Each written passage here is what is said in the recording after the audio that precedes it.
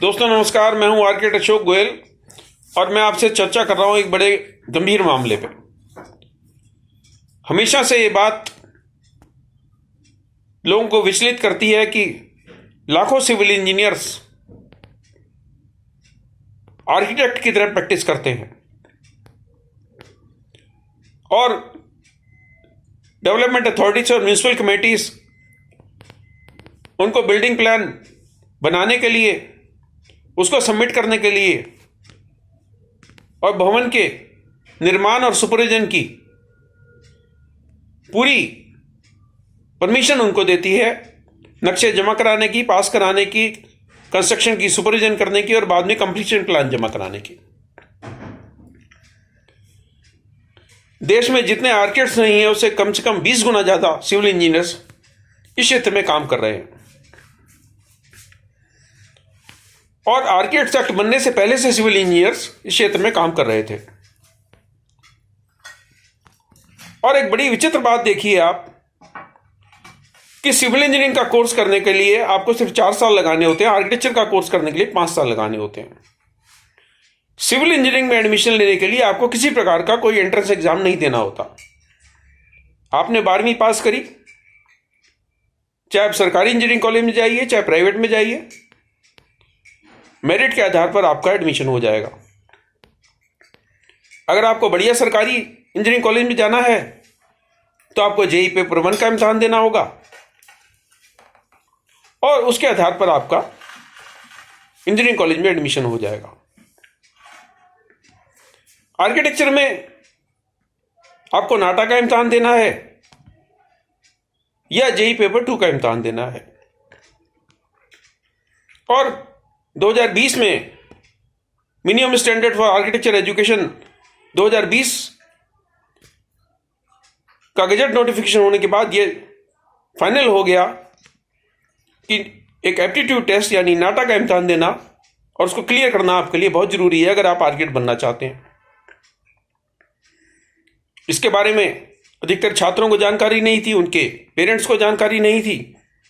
National testing agency JEE paper 2 का इम्तिहान conduct करती है, उसने भी ये बात अपने ब्रोशर में कहीं नहीं बोली कि नाटा का इम्तिहान देना कंपलसरी है आर्किटेक्चर कॉलेज में एडमिशन लेने के लिए। इस सिलसिले में मैंने नेशनल टेस्टिंग एजेंसी में आरटीआई लगाई थी। नेशनल टेस्टिंग एजेंसी ने भी आरटीआई में जवाब दिया कि उसके पास काउंसिल ऑफ आर्किटेक्चर से इस प्रकार की कोई सूचना नहीं थी या कोई पत्र व्यवहार इन दोनों के बीच में नहीं हुआ। और उन्होंने मेरे को जवाब दिया कि उनका कार्य सिर्फ इम्तिहान कंडक्ट कराना है, जो कार्य उन्हें मिनिस्ट्री ऑफ एजुकेशन ने सौंपा था, और एडमिशन प्रोसेस में उनका कोई रोल नहीं है। अब क्या परिस्थितियां बन रही हैं? हजारों छात्र जेईई पेपर 2 का इम्तिहान देके अपने घर में बैठने को मजबूर हैं क्योंकि उन्होंने नाटा क्वालिफाई नहीं करा। मेधावी छात्र बहुत अच्छा स्कोर लेके बैठे हैं अपने घर पे और ये पूरा साल उनका बर्बाद हो जाएगा क्योंकि उन्होंने नाटा क्वालिफाई नहीं करा। ढेर सारे सरकारी और private engineering college, architecture colleges में सीटें खाली पड़ी हैं क्योंकि उन्होंने नाटा क्वालिफाई नहीं करा। कितने कॉलेजों की परिस्थिति ऐसी है कि वहां पर 30 का या 40 का या 50 का इंटेक है और फिर 3 या 4 छात्र उनको मिल रहे हैं जिन्होंने नाटा क्वालिफाई करा है।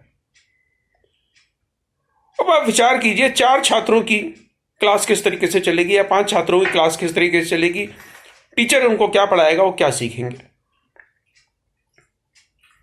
क्या आप एक्सपेक्ट करते हैं कि कोई भी छात्र किसी प्रकार का एंट्रेंस एग्जाम देने से पहले भारत सरकार द्वारा अखबारों में प्रकाशित सभी प्रकार के गजट नोटिफिकेशन को पढ़े? जब नेशनल टेस्टिंग एजेंसी सरकारी संस्थान है, वो एक इम्तिहान कंडक्ट करती है, अभी से नहीं लंबे समय से करती आ रही है, तो क्यों नहीं पेरेंट्स और छात्र उस पर भरोसा करेंगे और उसे एग्जाम को देंगे? उनके ब्रोशर में कहां लिखा है कि नेशनल टेस्टिंग एजेंसी के इस इम्तिहान के बावजूद उनको नाटा भी क्लियर करना है? एक तरफ आप कहते हैं कि इंजीनियर्स आपके क्षेत्र में घुसपैठ कर रहे हैं, हजारों छात्र आर्किटेक्ट बनना चाहते हैं, आप उनके मार्ग में रोड़े अटका रहे हैं। आप कह रहे नहीं, हम जेई पेपर 2 के आधार पर आपको आर्किटेक्चर कॉलेज में एडमिशन नहीं देंगे जो पिछले सालों तक हम देते आए थे। अब आपको नाटा कंपलसरी करना जरूरी है। और मजेदार बात यह है कि काफी सारे सरकारी कॉलेजेस में जेई पेपर 2 के आधार पर एडमिशन दे दिया गया, उनको एग्जम्पशन दे दी गई। ये लॉ ऑफ नेचुरल जस्टिस के खिलाफ है। ये बड़ी विचित्र बात है कि कुछ कॉलेजों को आप इजाजत देते हैं उन छात्रों को भी एडमिशन देने की जिन्होंने नाटा क्वालिफाई नहीं करा, और कुछ कॉलेजों को आप इजाजत नहीं देते। मेरा मिनिस्ट्री ऑफ एजुकेशन से नम्र निवेदन है कि इस मामले में हस्तक्षेप करें। मेरा काउंसिल ऑफ आर्किटेक्चर से नम्र निवेदन है कि सिर्फ सेंसिटाइज करके ही आप इंजीनियर्स के पास जाने से क्लाइंट्स को नहीं रोक सकते। आपको अपने देश में आर्किटेक्ट्स की संख्या को भी बढ़ाना पड़ेगा। और जब लोग आर्किटेक्चर में आने के इच्छुक हैं और आप विचित्र कानून बना के उनके मार्ग में बाधाएं उत्पन्न कर रहे हो, तो जो छात्र आज आर्किटेक्ट बनना चाहते हैं वो सिविल इंजीनियरिंग में एडमिशन लेंगे, 5 साल की बजाय 4 साल में सिविल इंजीनियर बनेंगे और आर्किटेक्चर के क्षेत्र में कार्य करेंगे। डेवलपमेंट अथॉरिटी और म्यूनिसिपल कमेटीज उनको लाइसेंस देंगी नक्शे जमा कराने का और पास कराने का, और आप यही कहोगे कि आर्किटेक्ट सेक्ट में अमेंडमेंट हो और आर्किटेक्चर सर्विसेज पे सिर्फ आर्किटेक्ट का एकाधिकार हो। जब आप आर्किटेक्ट्स जो लोग बनना चाह रहे हैं उनके मार्ग में बाधाएं उत्पन्न करोगे, तो लोग क्यों नहीं आर्किटेक्ट बनने की बजाय सिविल इंजीनियर बनेंगे। आप इस मामले पे विचार करें और आर्किटेक्चर एस्पिरेंट के भले के लिए सोचें और उसका कोई मार्ग निकालें। शुभकामनाएं। नमस्कार।